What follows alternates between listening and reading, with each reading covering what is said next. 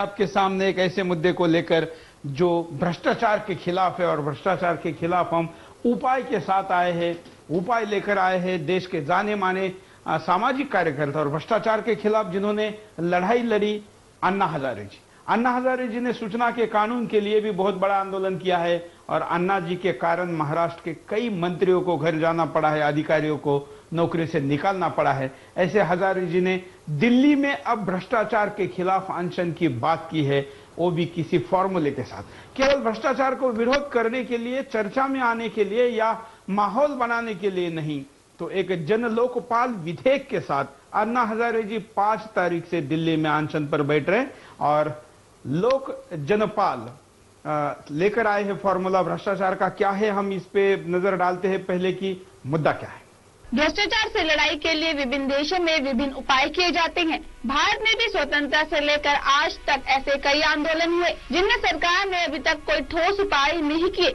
1984 में भ्रष्टाचार के लिए जन लोकपाल विधेयक पेश किया गया, लेकिन ये भी अभी तक पारित नहीं हुआ और अब उसके नियम और मसौदे को लेकर मतभेद भी सामने आए हैं। आजादी के इन 64 सालों में कितनी सरकारें आई और गई, लेकिन किसी ने भी भ्रष्टाचार से लड़ने की जिजीविषा नहीं दिखाई। हमारी इसी कमजोरी के चलते ही साल दर साल घोटाले दर घोटाले जारी रहे। हमारे राजनेता और नौकरशाहों ने तंत्र में सुधार के लिए कुछ नहीं किया। इस वजह से भ्रष्टाचार पर नकेल कसने के लिए खास तौर पर बनाया गया लोकपाल विधेयक पिछले 42 सालों से पारित नहीं हो पा रहा है और राजनीतिक पार्टियां इसके लिए एक दूसरे पर दोषारोपण कर रही है। ये हाल तब है जब सरकारी लोकपाल विधेयक को नखदंत विहीन बताया जा रहा है, जिनमें ऐसा कोई प्रावधान नहीं है जिससे भ्रष्टाचार के दानव का खात्मा हो। आखिर वजह क्या है कि लोकसभा में 8 बार के प्रयास के बावजूद लोकपाल विधेयक पारित नहीं हो सका। इस विधेयक की तमाम खामियों को दूर करने के लिए जाने माने सामाजिक कार्यकर्ता अन्ना हजारे 5 अप्रैल से आमरण अनशन पर बैठने वाले हैं।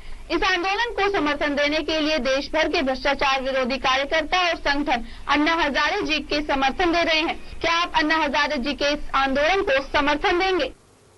अब क्या करेंगे? इस जन लोकपाल के आप समर्थन में है या जो आपके जनप्रतिनिधि भ्रष्टाचार को पाल रहे उसके समर्थन में? किसी न किसी मुद्दे पर आपको एक दिशा में आना पड़ेगा, क्योंकि ये नहीं हो सकता कि आप भ्रष्टाचार के खिलाफ भी बोले और भ्रष्टाचार की लड़ाई से दूर रहे।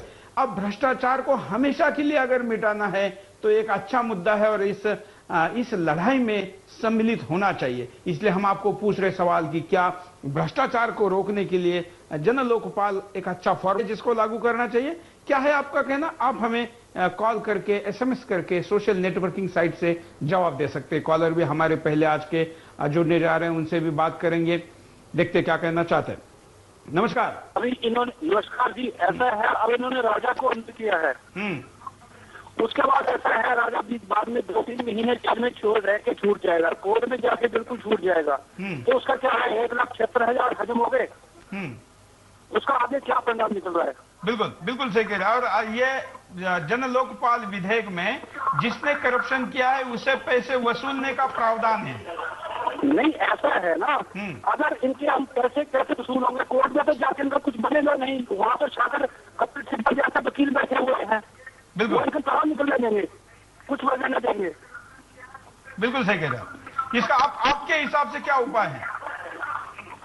उपाय क्या है? इनका चाइना वाला हाल करना चाहिए, जिसके एलिगेशन लगता है उसको गोली मारो, खत्म करो। वाह, धन्यवाद। एक प्रतिक्रिया है, और भी एक कॉलर है, उनकी प्रतिक्रिया लेते हैं, क्या कहना चाहते हैं? नमस्कार। जय हिंद। सर जी, सबसे पहले आपको आपके चैनल में शुभकामनाएं देता हूँ। क्या गुड़ी पाड़वा हिंदू नववर्ष है, बिल्कुल उसके बारे में आपको बधाई देना चाहता हूँ। धन्यवाद। दूसरी बधाई को भी बधाई। हाँ, हिंदुस्तान की क्रिकेट टीम को मेरी तरफ से बधाई देता हूँ। बिल्कुल। और दूसरी बात, अब ये सही मुद्दे पर आना चाहता हूँ। अन्ना हजारे साहब उस टाइम के गांधी जी ने जो आंदोलन किया है, वो ये आज जो गांधी जी है तो मानना चाहूंगा अन्ना हजारे जी को। अन्ना हजारे जी और किरण बेदी जी मैडम और सौमी जी का मैं बहुत शुक्रिया अदा करता हूँ। भ्रष्टाचार के जो इन लोगों ने आंदोलन छेड़ा है, जो ऑपोजिशन में बैठे, ये सही है। भ्रष्टाचारी जो गुंडागर्दी वाले लोग हैं, जो हिंदुस्तान का पैसा गरीबों का पैसे कैसा इन्होंने हड़प किया है। इनके खिलाफ जो आवाज उठाया है पूरा हिंदुस्तान उनके साथ है। मैं चाहूंगा कि लोकपाल नियुक्त किया जाए, संसद के अंदर इस बात को पास होना चाहिए। मैं धन्यवाद आपके बिल्कुल धन्यवाद। लोकपाल बिल के बारे में कई दिनों से चर्चा है। ये कुछ देशों में पहले भी पारित हो चुका है और जहां जहां ये चल रहा है, इस पर काम हो रहा है, वहां पर भ्रष्टाचार को रोकने में कामयाबी मिली है। भारत में ये क्यों नहीं पास हो सकता, बहुत बड़ा सवाल है। लेकिन इस बिल पर पहले नजर डालते हैं कि ये क्या कहता है।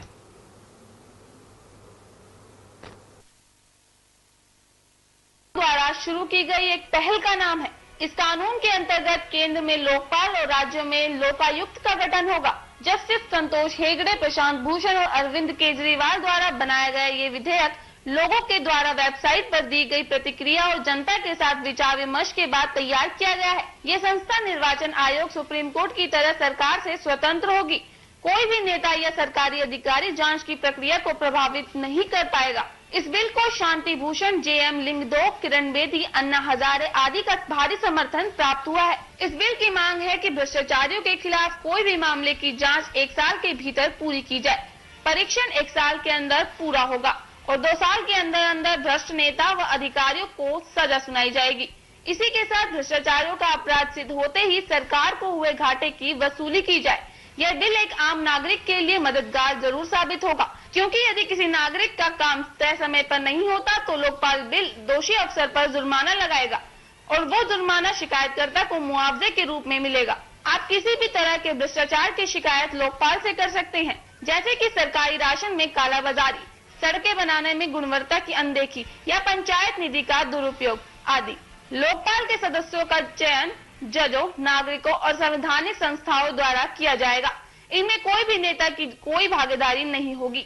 इनकी नियुक्ति पारदर्शी तरीके से जनता की भागीदारी से होगी। इस तरह की पहल से समाज में न सिर्फ एक उम्दा संदेश जाएगा, बल्कि एक आम नागरिक का समाज के नियमों पर विश्वास भी बढ़ेगा। हर सरकार जनता को जवाबदेह है और भ्रष्टाचार के खिलाफ आवाज उठाना हर नागरिक का हक है।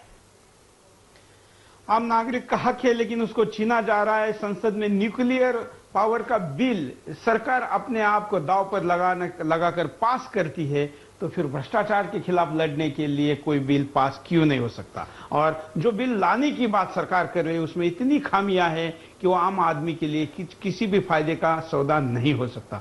एक कॉलर क्या प्रतिक्रिया देते हैं, सुनते हैं, देखते हैं क्या कहना चाहते हैं।